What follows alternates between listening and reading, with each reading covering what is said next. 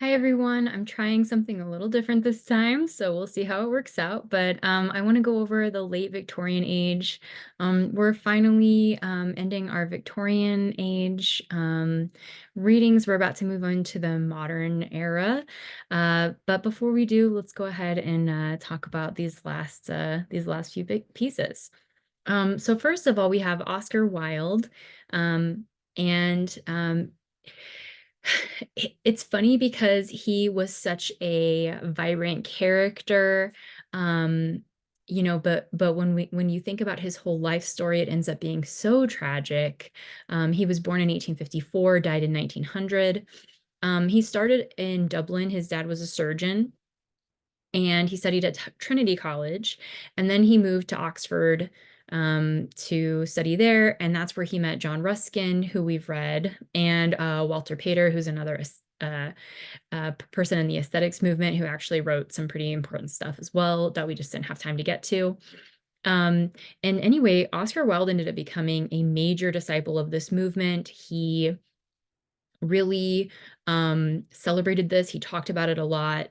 And and kind of one of the sad things about this is that because he dies, because his legacy ends up becoming um, so fraught with the homophobia and hatred of that time, it actually kind of hurt the aesthetic movement as well, just because he had been such a huge proponent for it. Which is just really, kind of a gross part of history. And it's really kind of a gross part of history week, unfortunately, this week. Um, so anyway, but back to Wilde, he wrote lots of different types of genres. He wrote the novel Picture of Dorian Gray, which if you haven't read is really interesting, really different from The Importance of Being Earnest, at least as far as I remember. Um, Although there's definitely overlap. Criticism, the critic as an artist, or the critic as artist, which is kind of in the same vein as some of the other criticism we've talked about so far this semester, like from Wordsworth and folks like that. And then, he wrote poetry, and that's like kind of his first kind of big breakthrough was through poetry. And then, of course, drama. And this was his most famous, successful play during his lifetime. So eventually he ended up getting sent to prison. Like I was saying, he had a relationship with an aristocrat, Lord Alfred Douglas.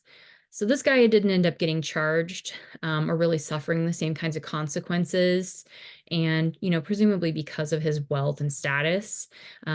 Wilde went to prison and he wrote a famous, letter and confession in prison called De Profundis.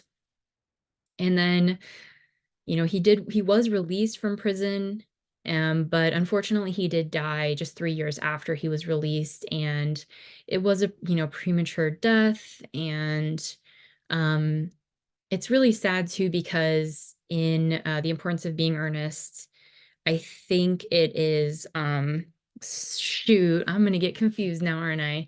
I think it's Ernest who is killed.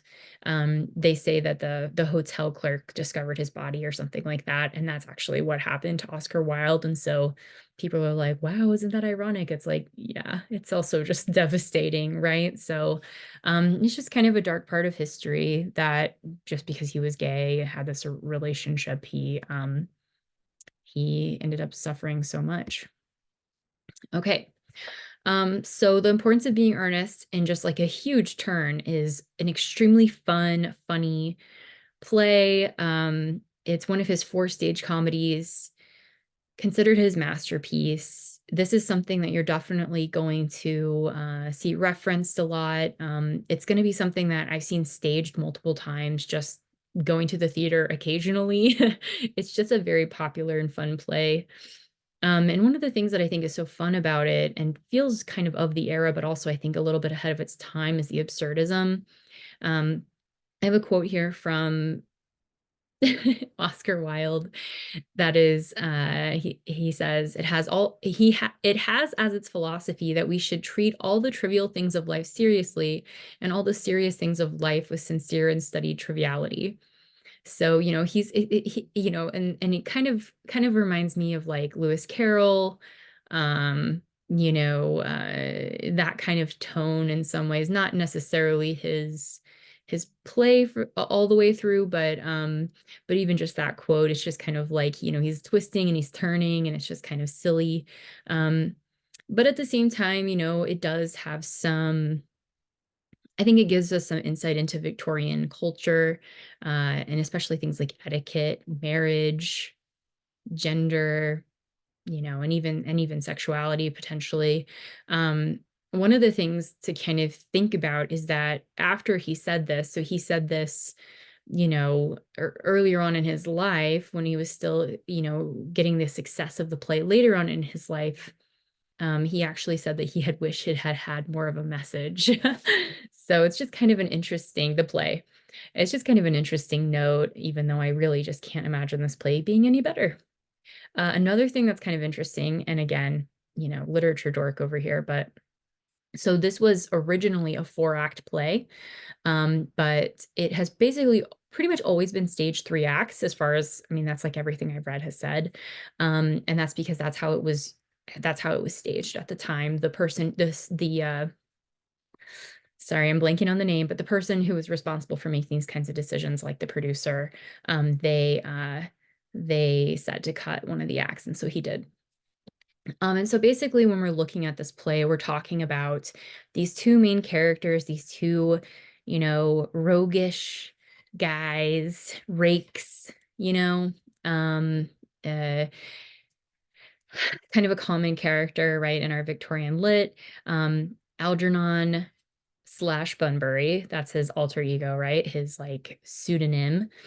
Um, and then Jack and Ernest, right? All right. Oh, right. And I guess just like in case you didn't get all of it. Um, so Algernon uses Bunbury. He says he's this kind of sickly guy. He's always going to take care of him or check in on him. And so it's an excuse that he has to avoid social events and things like that he doesn't want to go to.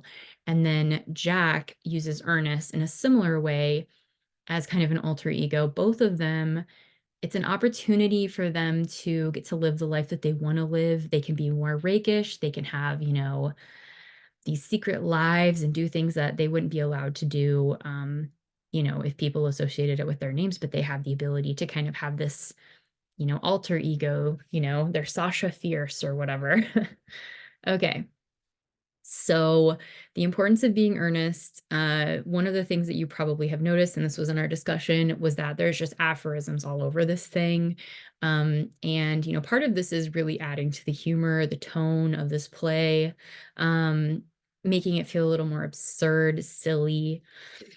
But also, it's kind of commenting a little bit on the Victorian society norms, and maybe not in like a super deep way. I mean, that's, I think Wilde says that he wishes he had had more of like a deeper message in this play, but it's certainly saying something. I feel like I'm getting a much clearer sense of like what the expectations were, what kinds of things people were judged for, even if some of the things that are quoted don't sound like things that people would really have said, like, although, I'm sure we'd all be surprised. To lose one's parent may be regarded as a misfortune. To lose both seems like carelessness. And this is something that Lady Bracknell says in Act 1, which did make me laugh out loud. It's just so mean. And was such a weird thing to say, and just like absolutely not true. Um, okay, we're gonna move on. So one other thing I'll just point out is that the images I've included here are from two movie versions of this play. One is in the Criterion Collection, and is free. Last time I checked on Tubi. And then this one is from 2003 or something like that, 2002 maybe. Last time I checked, it's not streaming anywhere. You have to pay for it, but it's pretty cheap. And obviously Colin Firth is in it, so how can you resist? And Reese Witherspoon, which is interesting casting. Okay, so let's talk about Rudyard Kipling. Whew, okay, so Kipling. They're overlapping, right? He was born in 1865 to 1936. He was born in British occupied India, right? Where his parents were working. His dad worked for a museum. His mom, oh shoot, I totally just forgot. Well, I'll think of it maybe. His mom was there too. And she would like publish poems and things. So she was also like a writer. Um, but not like very prolific. And then so they ended up sending him back to Britain as a child with his little sister. And this was something that was a very common practice. And so he was boarded as a child, I think from 6 to 12 in this house that he looks back on. The way he would describe it throughout his entire life was as like just such a terrible experience, cruelty to him. He just felt totally neglected and, cruelly treated. And then he had a happy relief from that life when he was sent to boarding school at age 12. And so a lot of biographers point to this as the reason why he really values fraternity. He loves like a boarding school type of brotherly love. And then he ended up becoming a Freemason later in life, which they say is like more evidence of this. I don't know a whole lot about Kipling, I'm not gonna lie. I've read some of his shorter works. So he's probably most famous for The Jungle Book, right? Have you heard of it? But he actually won the Nobel Prize in Literature for his novel Kim. And so, the work we're reading for this class is one of Kipling's more notorious works. He's known as being like a very pro-colonialism, pro-imperialism writer, which just hasn't aged well, especially because there's no denying the fact that he has this racial essentialism, racism, white supremacist kind of mentality and Western supremacist mentality connected to his ideas of imperialism and colonialism. So, just certainly hasn't aged well. But he does have more nuanced work. This isn't entirely representative of him. And in fact, I haven't read Kim, but I've heard that Kim is a more nuanced portrait of, the types of topics and subjects he usually writes about. Maybe worth checking out if you're interested.